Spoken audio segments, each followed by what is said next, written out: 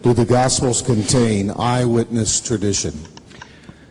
When I was a Bible-believing evangelical Christian attending Moody Bible Institute, before I began my serious scholarship on the New Testament, before I began to read it in Greek, and before I saw what serious scholars of the world had to say about it, I was absolutely convinced that the Gospels not only contained eyewitness tradition, but that they were written by two eyewitnesses, Matthew and John, and by two people who were close companions to people who were eyewitnesses, Mark and Luke. Intense research has a way of changing your mind about things. But I don't want you to think that this is a reason for you not to use your brain. Even if you are the most hardcore, Bible-believing evangelical on the planet, you surely think that God gave you a brain. Use your brain. Craig and I will agree on this. God gave you a brain to think with. Apply reason. That's why God made you a human being instead of a slug. Don't be afraid of using your intelligence to find out the truth. The truth may not be what you were taught, but if it's true, you should believe it, not run from it. As I studied more and more using my intelligence as an evangelical, but also praying about it, I became convinced that the New Testament Gospels were not written by eyewitnesses or by people who knew eyewitnesses. The first point to make is the rather obvious one that the Gospels don't claim to be written by eyewitnesses. They are all anonymous. The titles in your Gospels, the Gospel according to Matthew and so forth, were added by later editors. They were not put there by the original authors.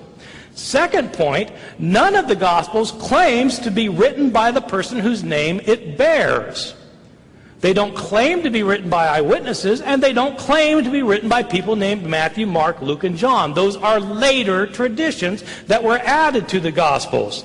These traditions do not start appearing for about 100 years.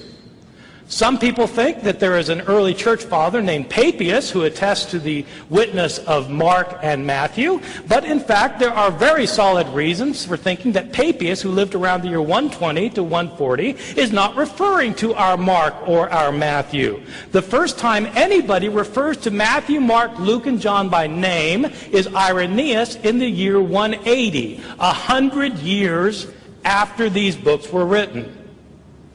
My understanding of the Gospels as they've come down to us is that they were anonymous and we don't know their names and they're not built on eyewitness testimony. But the important point that I want to make is that even if the Gospels were written by eyewitnesses, or even if they did contain eyewitness accounts, that would not guarantee that they were accurate. Think about our legal system today. Are eyewitnesses always accurate in what they report? If so, why do we have trials that call in testimony more than one eyewitness? If eyewitnesses were always 100% accurate in what they report, we wouldn't need law courts.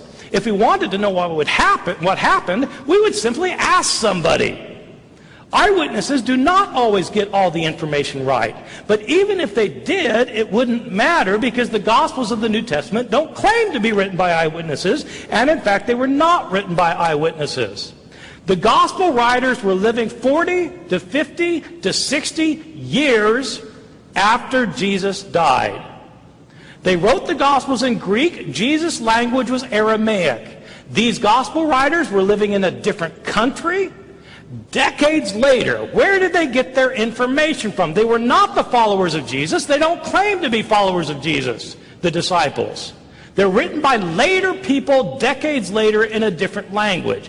Where did they get their information from? They heard stories about Jesus that had been in circulation year after year after year, decade after decade, down to the time that the gospel writers living in a different country, speaking a different language, heard the stories. What happens to oral stories when they are transmitted orally? They change. The gospel writers have discrepancies among themselves because the stories that were told and retold were changed over time, and the gospel writers themselves sometimes changed the stories. That's why there are discrepancies. That's why scholars might be able to tell you generally what Jesus was about.